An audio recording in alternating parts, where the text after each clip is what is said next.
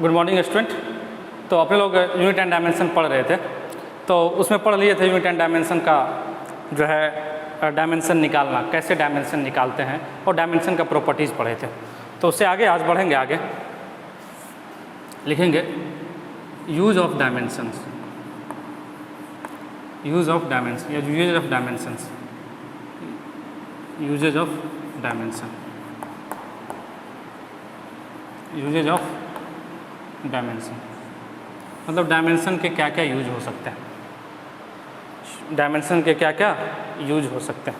तो लिखेंगे क्या क्या डायमेंशन के। पहला लिखेंगे for the conversion of, for the conversion of, for the conversion of any physical quantity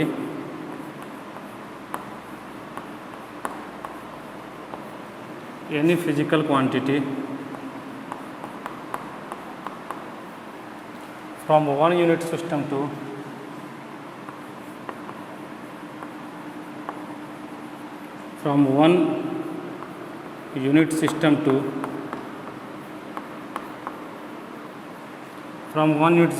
to another unit system, another unit system, from one unit system to another, for the conversion of any physical quantity from one unit system to another unit system। चलिए इसको लिख लीजिए, फिर detail में समझते हैं क्या होता है। जल्दी से लिख लीजिए।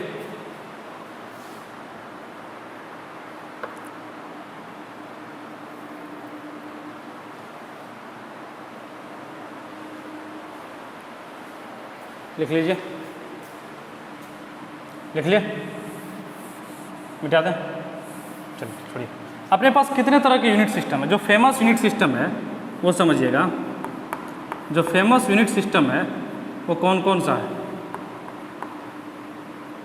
फेमस यूनिट सिस्टम जो है, एक है MKS यूनिट सिस्टम, MKS दिख रहा है ना नीचे। चलिए MKS यूनिट सिस्टम है, जिसको इसी को ऐसा यूनिट सिस्टम भी कहते हैं। यही जो है ना अपना MKS ही बाद में इंटरनेशनली इसको मान्यता दे दिया गया, मतलब पूरे इंटरनेशनल लेवल पे, वर्ल्ड लेवल पे इसको मान्यता दे दिया गया।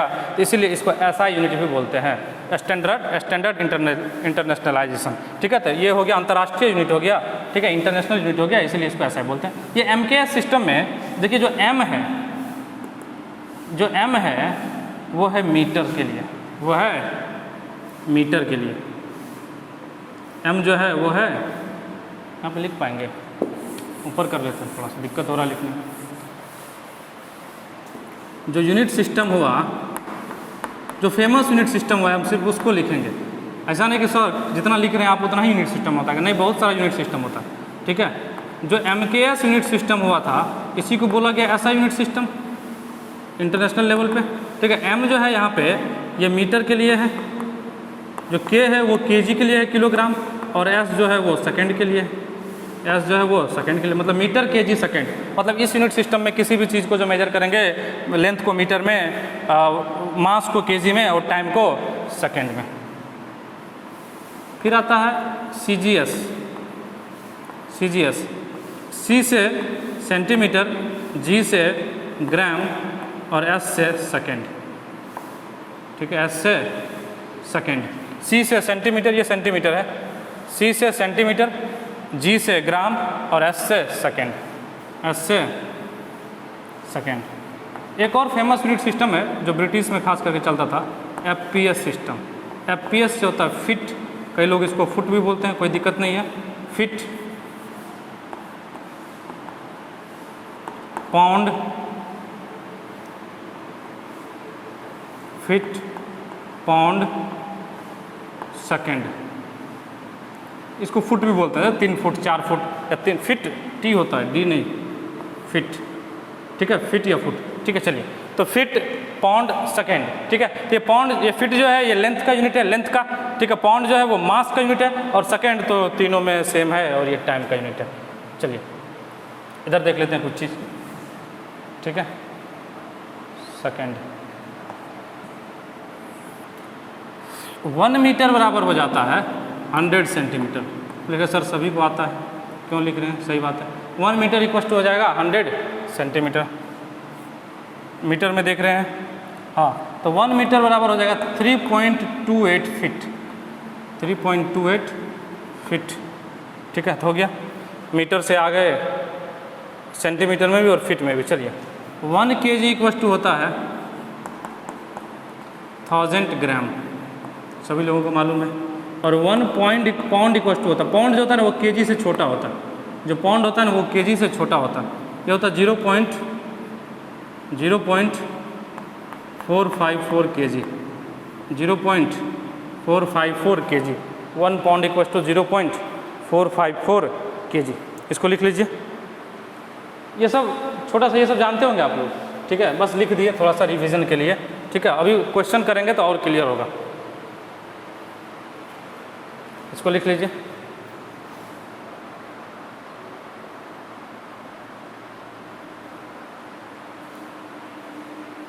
लिख लिए? चलिए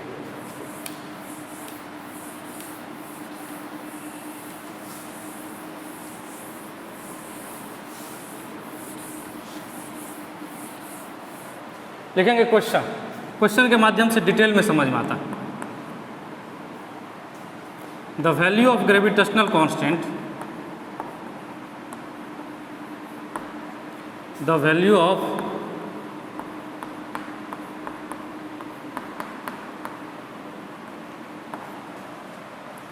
gravitational constant in MKS system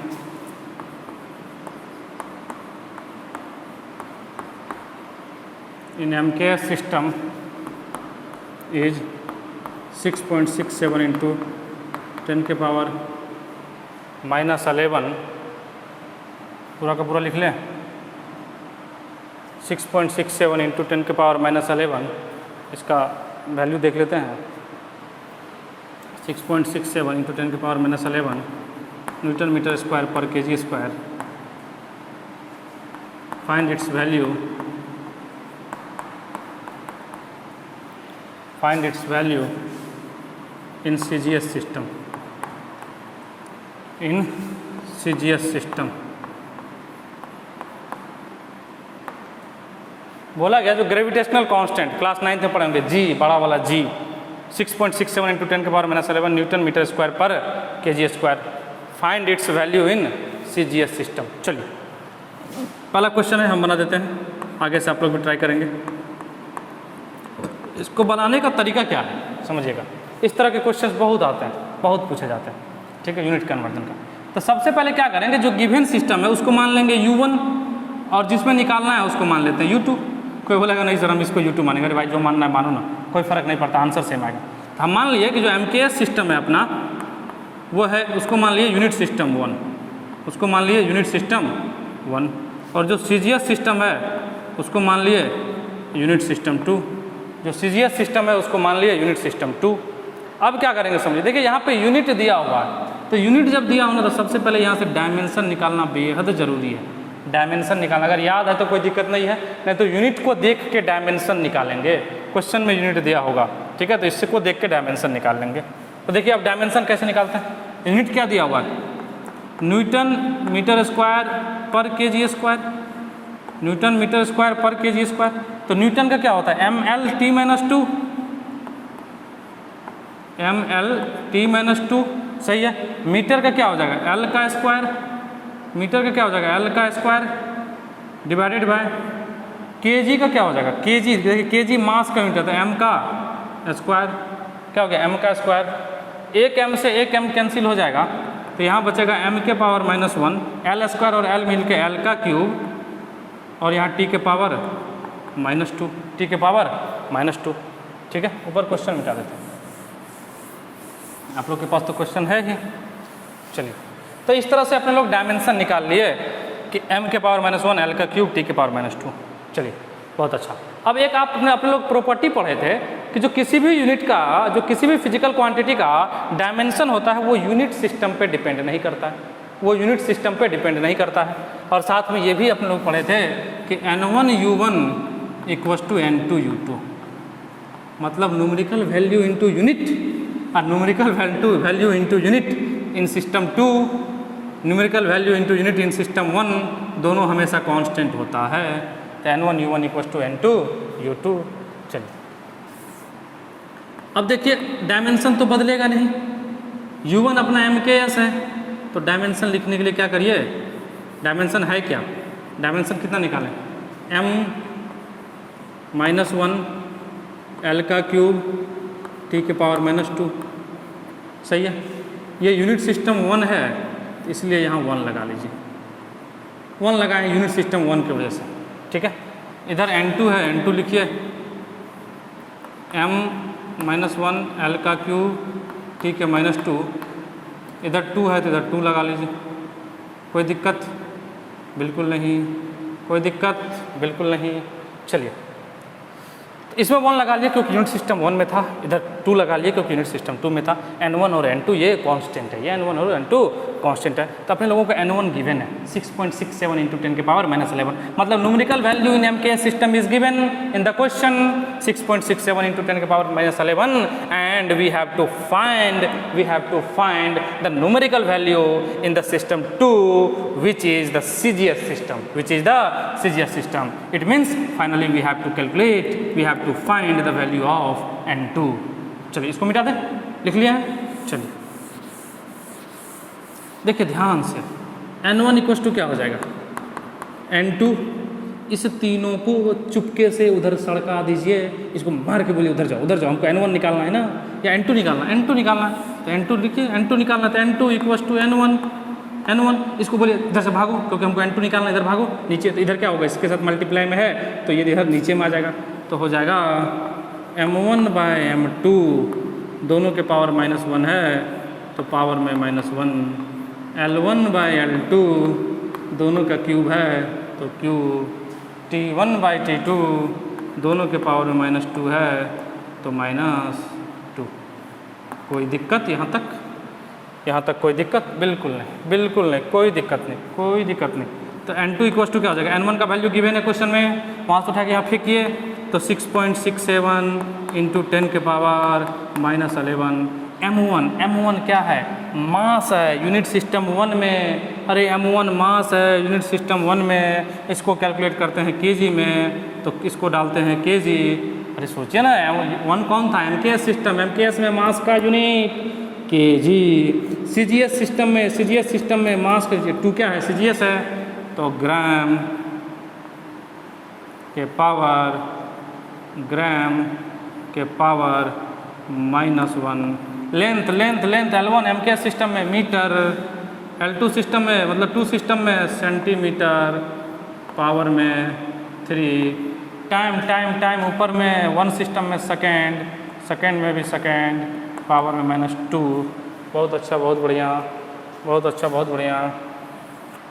N2 equals to हो जाएगा 6.67 × 10 के पावर -11। बहुत अच्छा, देखिए KG divided by gram, KG को लिख सकते हैं 1000 ग्राम, केजी को लिख सकते हैं 10 के पावर 3 ग्राम, केजी को लिख सकते हैं 10 के power 3 gram divided by gram, power में -1। यहाँ मीटर को लिख सकते हैं 100 सेंटीमीटर, मतलब 10 के power 2 centimetre divided by centimetre, power में 3। सेकेंड से सेकेंड कैंसिल हो गया, 1 के पावर समथिंग 1 के पावर, सेकेंड से सेकेंड कैंसिल हो गया, 1 के पावर समथिंग 1, मतलब मल्टीप्लाई बाय 1। यहाँ से ग्राम ने ग्राम को मार दिया, सेंटीमीटर ने सेंटीमीटर को मार दिया। बहुत अच्छा, बहुत बढ़िया। 6.67 × 10 के पावर -11। ध्यान दीजिएगा 10 के पावर 3 के पावर में -1 है तो ये हो जाएगा 10 के पावर -3। यहाँ पे 10 के स्क्वायर के पावर में क्यूब है तो 2 × 3 10 के पावर 6, 10 के पावर 6। N2 इक्वल्स टू हो जाएगा 6.67, 10 के पावर -11 3, -14 में से 6 गया तो 10 के पावर -8। N2 इक्वल्स टू 10 के पावर -8। तो जो G का वैल्यू हो जाएगा, ग्रेविटेशनल कांस्टेंट, वो क्या हो जाएगा 6.67 × 10 के पावर -8 न्यूटन के जगह CGS में। अब यूनिट देखिए, यूनिट क्या था, MKS में क्या था, न्यूटन मीटर स्क्वायर पर kg square, newton metre square पर केजी स्क्वायर, तो न्यूटन की जगह होता है डाइन, गांव वाली डाइन नहीं, ये डाइन। मीटर की जगह होता है सेंटीमीटर, तो सेंटीमीटर का स्क्वायर, डिवाइडेड बाय केजी की जगह होता है ग्राम, तो ग्राम का स्क्वायर। चलिए लिख लीजिए, लिख लीजिए, इसको लिख लीजिए, आराम से लिख लीजिए।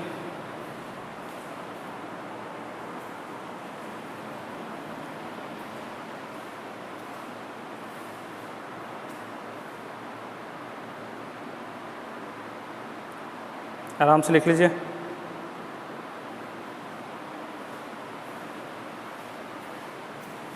लिख लिए? चलिए,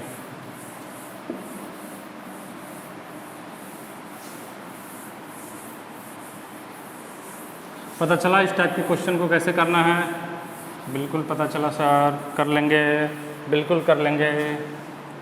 तो लिखिए, find the value of gravity, find the value of gravity, find the value of gravity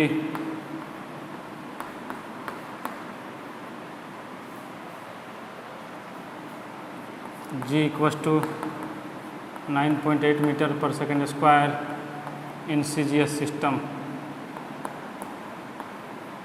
in CGS system. चलिए ट्राई करिए, ट्राई करिए, एक बार ट्राई करके देखिए सभी लोग।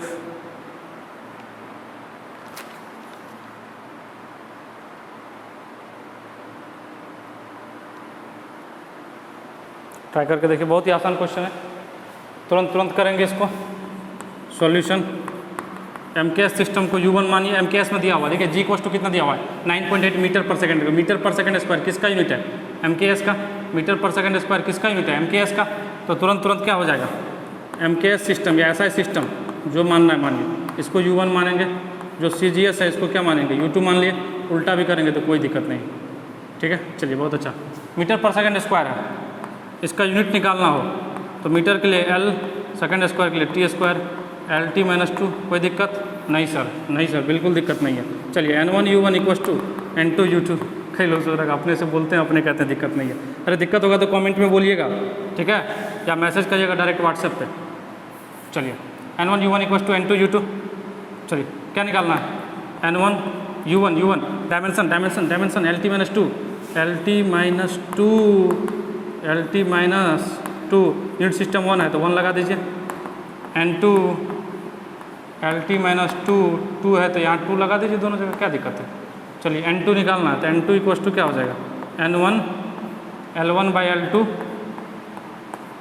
T1 बाय T2 के पावर में -2, T1 बाई T2 के पावर में, देखिए ना, इसको इधर फेंके हैं तो L1 बाई L2 और T1 बाई T2 दोनों के पावर में -2, इसलिए -2। बहुत अच्छा। N1 का वैल्यू दिया हुआ 9.8, N1 का वैल्यू दिया हुआ 9.8, बहुत अच्छा बहुत अच्छा। L1 को मेजर करते हैं, L1 को मेजर करते हैं मीटर में, metre divided by centimetre, metre divided by centimetre, यहाँ पे second divided by second, power में -2।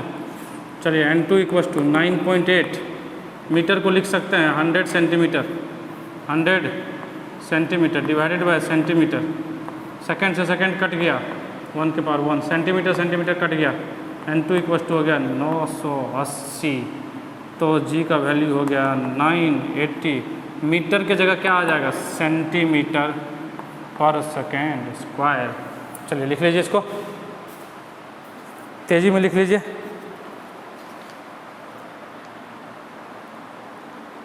तेजी में लिख लीजिए।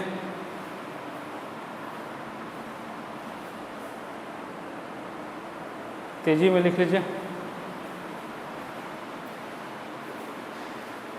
लिख लिए? चलिए सभी लोग इस क्वेश्चन को जो नहीं बना पा रहे हैं खुद से ज़रूर करिए घर में। कई लोगों को लगता है सर आप तो बना ही दिए, अब हम क्या करें? अरे अपने से बनाना चाहिए। हम बना दिए, आपको समझ में भी आ गया, बहुत अच्छा लगा, बहुत बढ़िया लगा, स्वादिष्ट लगा, लेकिन जब आप अपने से जाएंगे ना बनाने एग्जाम में तो आपसे नहीं बनेगा। इसलिए जिनसे नहीं बना है, जिनसे बन गया उनका कोई बात नहीं, जिनसे नहीं बना है वो खुद से एक बार अपने से ज़रूर ट्राई करेंगे। वीडियो को पॉज करके खुद से ट्राई करेंगे, नहीं होता सॉल्यूशन देख लेंगे, फिर उसके बाद एक बार खुद से करेंगे, मतलब खुद से करना है। जब तक खुद से नहीं हो जाए तब तक करते रहना है। ऐसा नहीं देख देख के छाप दिया सर खुद से हो गया, तो रिजल्ट भी आपका खुद के तरह आ जाएगा। चलिए क्वेश्चन लिखते हैं। साइंस का मतलब होता है question. If we create a new unit system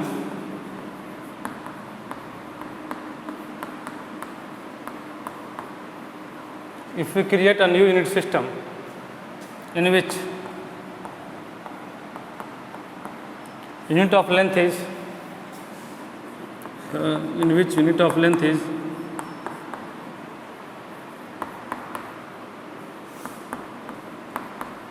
x meter, in which unit of length is x meter, then the value of 1 meter square, then the value of area 1 meter square in new unit system is, then the value of area 1 meter square in new unit system is,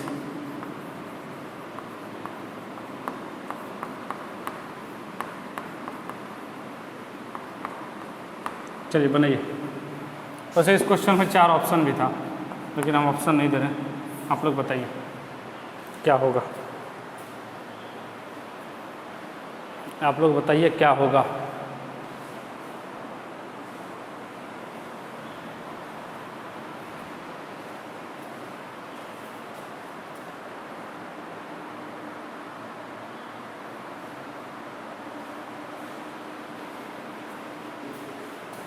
चलिए बना लिए solution. चलिए समझते हैं। कई लोग बना भी लिए होंगे। चलिए आंसर मिलाइए जो लोग बना लिए। न्यू यूनिट सिस्टम क्रिएट किया गया, मतलब हमने, अरे ये नेट यूनिट क्यों हो गया भाई, न्यू यूनिट सिस्टम है। न्यू यूनिट सिस्टम हमने क्रिएट किया। हमने न्यू यूनिट सिस्टम क्रिएट किया जिसमें लंबाई का जो था यूनिट, लेंथ का यूनिट जो था वो x मीटर था। तो पुराना मान लेते हैं MKS को U1 जैसा कि तरीका अपनाते आए हैं। न्यू यूनिट सिस्टम को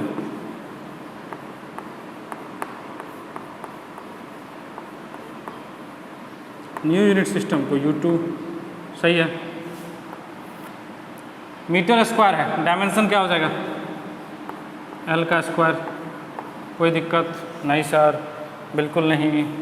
तो N1 U1 equals to N2 U2, कोई दिक्कत। N1 U1 क्या हो जाएगा, L का स्क्वायर 1 लगा दीजिए। N2 क्या हो जाएगा, L का स्क्वायर 2 लगा दीजिए। लगा दिए सर। चलिए ऊपर मिटा दें कि आगे लिखें, कई लोग का मन है आगे लिखें। चलिए लिख देते हैं, ध्यान से दीजिए। देखिए N1 दिया हुआ है 1, N1 1 दिया हुआ है, कांस्टेंट 1 है ना, मीटर स्क्वायर के बगल में कौन है 1 है, तो N1 कौन है 1 है। और हमको N2 निकालना है, तो N2 equals to N1 L1 bye L2 का स्क्वायर। N1 1 दिया है, L1 जो है वो यूनिट सिस्टम 1 मतलब MKS में लेंथ का यूनिट मीटर। L2 जो है वो यूनिट सिस्टम, नए यूनिट सिस्टम में लेंथ का, तो x मीटर, तो डिवाइडेड बाय x मीटर का स्क्वायर। मीटर से मीटर कैंसिल, तो N2 इक्वल्स टू हो गया 1 बाय x स्क्वायर आंसर। तो नए यूनिट सिस्टम में कितना हो जाएगा 1 बाय x का स्क्वायर। कई लोग को लग रहा था x स्क्वायर। चलिए लिख लीजिए इसको।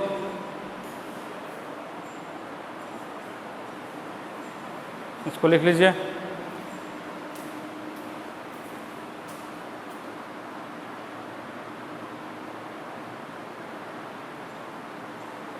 इसको लिख लीजिए।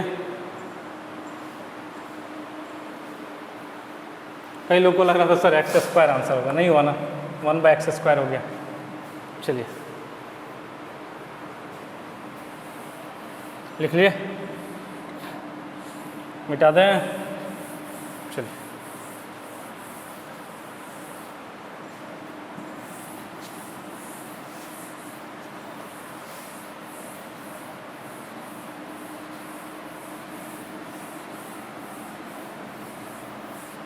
यूज नंबर 2 लिखेंगे,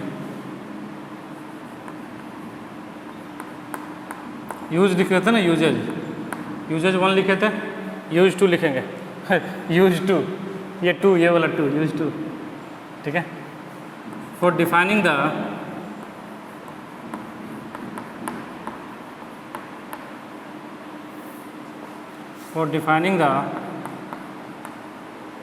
relation between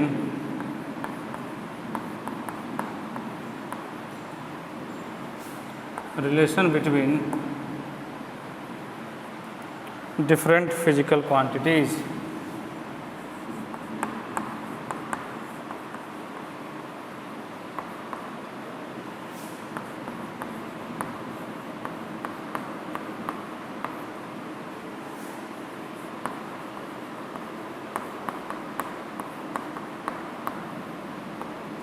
relation between different physical quantities. चलिए इसको लिख लीजिए, फिर समझते हैं क्या है ये, इसको लिख लीजिए फिर समझते हैं। For defining the relation between different physical quantities लिख लिए। चलिए समझते हैं होता क्या है। जैसे कई फिजिकल क्वांटिटी दे देंगे आपको, बोलेंगे कि जैसे फोर्स है, तो मान लीजिए कि फोर्स जो है मास पे डिपेंड करता है और एक्सीलरेशन पे भी डिपेंड कर रहा है, और बोल देगा एक और चीज़ बोल देते हैं, फोर्स के लिए करंट पे भी डिपेंड कर रहा है, मान लेते हैं किस पे डिपेंड कर रहा है, करंट पे, आई पे, करंट पे। बोल दिया गया कि फोर्स जो है वो 3 चीज़ पे डिपेंड कर रहा है, मास पे, एक्सीलरेशन पे और करंट पे। तो बोला जाएगा कि ठीक है, तो आप एक काम करिए, ये बताइए कि फोर्स जो है मास पे डिपेंड कर रहा है वो कौन से पावर पे डिपेंड कर रहा है। फोर्स जब मास पे डिपेंड कर रहा है तो कौन से पावर पे डिपेंड कर रहा है। फोर्स जब एक्सीलरेशन पे डिपेंड करता है तो कौन से पावर पे डिपेंड करता है। और जब फोर्स जब करंट पे डिपेंड कर रहा है तो कौन से पावर पे। तो मतलब यही पूछा जाएगा ओवरऑल कि फोर्स डिपेंड कर रहा है, बोल देगा कि ये 4 फिजिकल क्वांटिटी है, फोर्स है, मास है, एक्सीलरेशन है, करंट है। फोर्स है, मास है, एक्सीलरेशन है और करंट है। और बोलेगा कि चारों में आप एक रिलेशन स्टेबलाइज करिए। साथ में ये भी क्वेश्चन आता है रिलेशन है भी या नहीं है, ये भी तो होना चाहिए। तो आप जैसे रिलेशन स्टेबलाइज करेंगे, जैसे आप रिलेशन स्टेबलाइज करेंगे तो आपको पता चल जाएगा कि ऐप का किसके किसके साथ रिलेशन है। तो आप जो है इस क्वेश्चन को कल जो है नेक्स्ट लेक्चर में क्वेश्चन करेंगे, तब जाके डिटेल में समझेंगे, ठीक है। तो यहाँ पे फोर्स है, मास है, एक्सीलरेशन है, आई है। तो आप लोग जानते हैं, तो बोला गया कि सभी में तो एफ बराबर क्या होता है, एम इंटू ए होता है, एम इंटू ए होता है। तो फोर्स जो है मास और एक्सीलरेशन पे डिपेंड कर रहा है, करंट पे नहीं कर रहा है। करंट पे नहीं कर रहा है इसका मतलब क्या, आई के पावर 0 है, मास एक एक्सीलरेशन की पावर 1 है, मास की पावर 1 है। तो इसका मतलब फोर्स जो है मास के पावर 1 पे डिपेंड करता है, फोर्स जो है एक्सीलरेशन के पावर 1 पे डिपेंड करता है, और फोर्स जो है करंट के पावर 0 पे डिपेंड करता है। मतलब करंट पे डिपेंड नहीं करता है, लेकिन फोर्स मास के डायरेक्टली प्रोपोर्शनल, फोर्स एक्सीलरेशन के डायरेक्टली प्रोपोर्शनल। एफ बराबर एम इंटू ए पढ़े होंगे बचपन में न्यूटन सेकेंड लॉ में, ठीक है। तो इस तरह से इसी को इस तरह से अपने लोग एस्टेब्लिश करेंगे। मतलब ये पावर नहीं पता है, मतलब ये अभी तक नहीं पता आप लोग को, ये 1 तो पता था इसलिए लिख दिया ना, लेकिन क्वेश्चन आएगा कि ये हमको नहीं पता, इसको ABC मान लीजिए, m के पावर a मान लीजिए, a के पावर b मान लीजिए, i के पावर c मान लीजिए, और फिर ऊपर जो पावर माने हैं ABC अल्फा बीटा गामा, उसका वैल्यू निकालिए। तो उसी को कहते हैं to establish the relation between different physical quantities. तो इस तरह के जो क्वेश्चन आएंगे उसको भी सॉल्व करने में अपना जो डायमेंशन है वो सहायता करेगा, जो डायमेंशनल एनालिसिस है वो सहायता करेगा। तो आज के लिए बस इतना ही, फिर मिलते हैं नेक्स्ट लेक्चर में, तब तक के लिए धन्यवाद, बाय।